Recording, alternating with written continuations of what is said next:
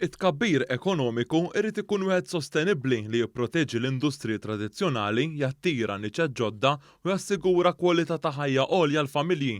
Dan kien il-messaġġ ewlieni tal-Ministru għall-Ekonomija Silvio Xkembri f'seminar ieħor ta' konsultazzjoni dwar il-viżjoni ekonomika għal dawn l-10 snin li ġejjin. Din is-sezzjoni indirizzat l-ewwel pilastru tal-viżjoni li titratta tkabbir ekonomiku sostenibbli biex ikonna kwalità ta' ħajja aħjar.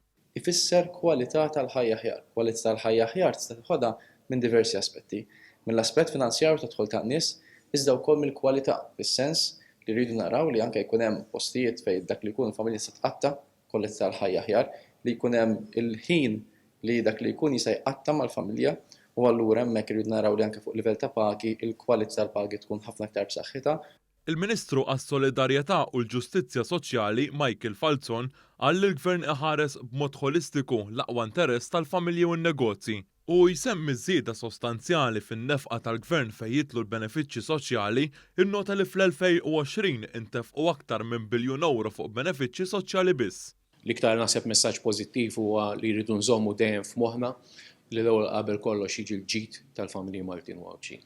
U hawnhekk iridu nuru kif urejna f'dal-aħħar 8 snin b'tant suċċess illi l-ekonomija tajba kemm tajba. L-għan aħħari tagħha huwa dak li ntejbu l-kwalità tal-ħajja tal-familji Maltin u Għawġin. Il-Ministru għall-Intrapriża Mirjam Dalli qalet li l-Gvern irid ikompli jaħdem favur ekonomija b'saħħitha li tħares is-sostenibilità ambjentali u l-kwalità tal-ħajja ta' kulħadd. Dan qed isir grazzi għal diversi inċentivi li nida l-Gvern. It-triq il-qudiem hija dik diġitali u sostenibbli u allura qegħdin naraw li nagħtu l-għajnuna kollha meħtieġa lill-intrapriżi biex jaqbdu din it-triq ħalli nkunu qegħdin nassiguraw kwalità tal-ħajja aħjar għaċ-ċittadini tagħna u impjiegi ta' kwalità. Il-Ministru għar-Riċerka Owen Bonnici qal li l-Istrateġija Nazzjonali għal wara l-pandemija hija sforz ta' gvern sħiħ li qed joffri viżjoni mibnija fuq 149 inizjattiva għal Malta tal-futur qrib. Nemmnu f'viżjoni kollettiva, viżjoni waħda ta' gvern sħiħ u maqut illi qed jara li jġib dan il-pajjiż aħjar u jeleb mhux biss l-isfid tal-lum imma anke dawk li qatt iridu jitwieldu. Il-pubbliku mistieden jgħidtiegħu dwar il-viżjoni tal-Gvern billi jżur sit apposta li tniedha mill-Mimkol sal-31 ta' dan ix-xahar.